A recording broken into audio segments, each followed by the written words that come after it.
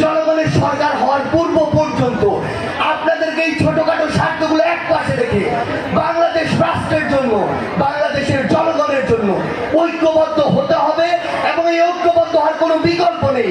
শুধু একটি জিনিস মনে রাখবেন, যদি কোনোভাবে আমাদের এই খামখেয়ালির জন্য, ছোটখাটো স্বার্থের জন্য কোনোদিন ওই ফ্যাসিস্টরা এই পাল্টা আক্রমণ চালাতে পারে, এই সামনে যারা বসে আছেন আমার ভাইয়েরা বোনেরা, এই বাংলাদেশের জনগণ, বিশ্বাস করুন সকলকে সারা জীবনের জন্য একটি বন্দিশালায় থাকতে হবে।